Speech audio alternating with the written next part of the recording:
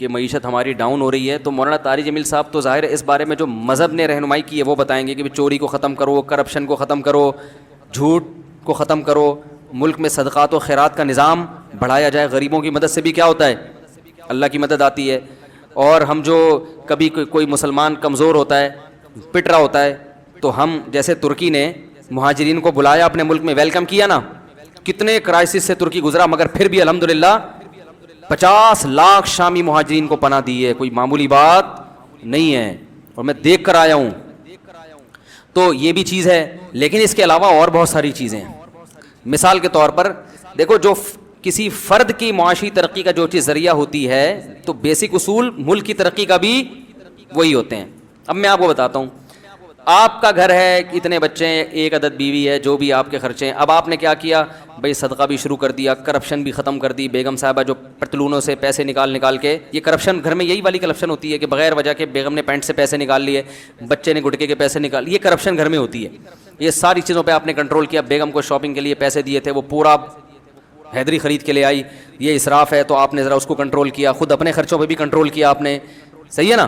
تو یہ آپ نے کرپشن پہ کیا کر لیا, لیکن اتنا کافی نہیں ہے. کمانے کا ذریعہ کیا ہے آپ کا, سب چیزیں کنٹرول ہو گئی, مگر جاب پہ وقت پہ پہنچتے نہیں ہو.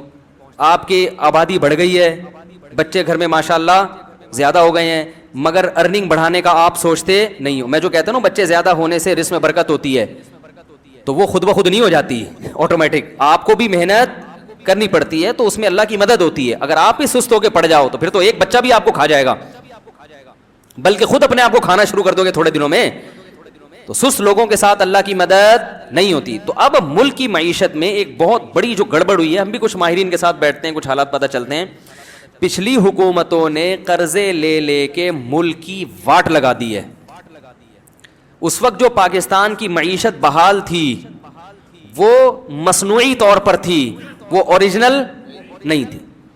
بہت کچھ پاکستان میں تعمیری کام ہوئے, یہ بن گیا, روڈیں بن گئی, لاہور پیرس جیسا بن گیا, فلانا ہو گیا, بڑے خوش ماشاءاللہ, وہ مصنوعی تھا. اس کی مثال ایسے ہے, جیسے فرض کرو میرے 3 بچے ہوں, ویسے تو الحمدللہ اللہ نے زیادہ دیے, ایک مثال دے رہا ہوں. تو میں اب کیا کرتا ہوں, میں ان بچوں کے لیے ڈیفینس میں 3 بنگلے لے لیتا ہوں ہر ایک کے لیے, اور کنوینس کا بہترین انتظام کہ بچوں اسکول جاؤ گے تو عام بچہ ایک عام وین میں جائے گا, تمہارے لیے ایئر کنڈیشن بسیں ہوں گی. پھر میں نے سڑکیں بنوا دی کہ ہمارے بچے جس بس میں جاتے ہیں وہاں کھڈے بہت ہیں, تو وہ سڑکوں کیا کر دیا میں نے, بہترین سڑکیں بنا دی. اب بچے کہہ رہے ہیں ہمارے ابا نے ہمیں بہت ترقی دی ہے, اور اللہ نہ کرے ابا کا انتقال ہو گیا, چاچا آ گئے بچوں کو سنبھالنے کے لیے. اب چاچا نے جب کیلکولیشن کی تو ان کو پتا چلا ابا نے ان بچوں کو 20 کھرب روپے کا مقروض بنا دیا ہے.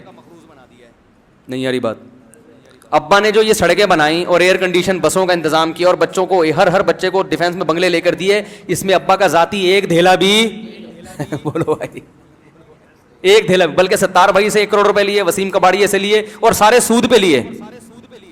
سارے کس پر لیے, سود پہ لیے.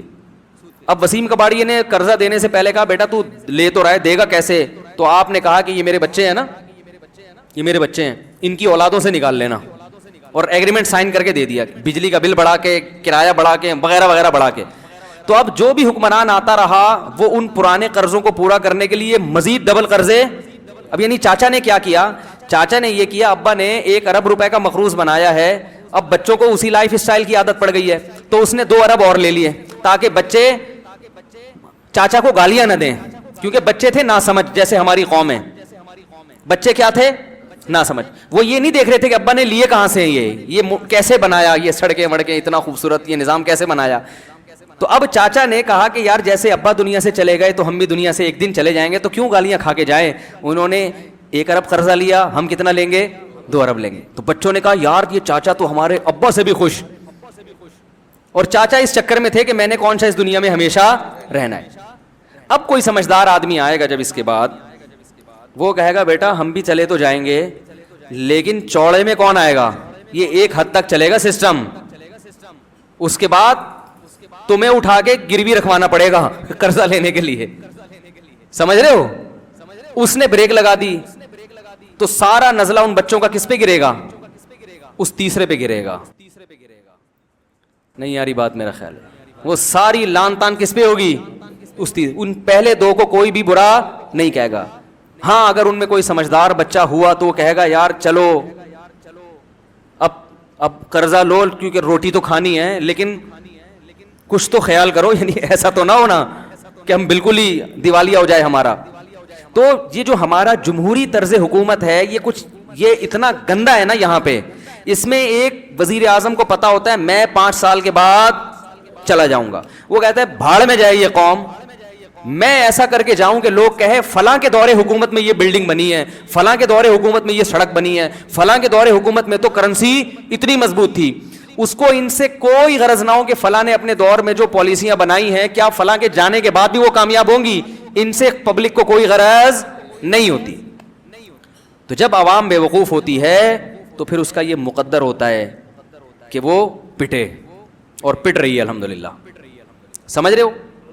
تو اب یہی ہو رہا ہے اور مزید پٹو گے. بلکہ اس طرز حکومت میں یہ ہوتا ہے کہ کام ایک کرتا ہے, وہ بیچارہ اپنے 5 سال میں وہ پروجیکٹ مکمل نہیں کر سکا تھا تو اگلا آ کے صرف آخری اینٹ رکھتا ہے اور ساری وہ اپنے کھاتے میں ڈال دیتا ہے بس ہونے, حالانکہ اس نے کبھی ملک کے لیے خدمت نہیں کی ہوتی. پرانے والے نے خدمت کی ہوتی ہے, اس کا ٹائم چونکہ پورا ہو چکا ہوتا ہے, اس کے دور کے پروجیکٹ ہوتے ہیں, اگلا آ کے جو اس نے بجٹ پاس کیا تھا اس میں سے 90% کھا کے صرف 10% لگا کے تکمیل کر لیتا ہے. تو قوم کس کو مبارکباد دیتی ہے؟ کراچی میں یہی ہوا ہے, پروجیکٹ کسی ایک نے شروع کیا, تکمیل دوسرے نے کی اور بہت کھا کے تکمیل کی, تو پبلک نے دوسرے کو کہا کہ ماشاءاللہ کتنا اچھا بنا دیا, پرانے والے کو کوئی گھاس ڈالنے کے لیے تیار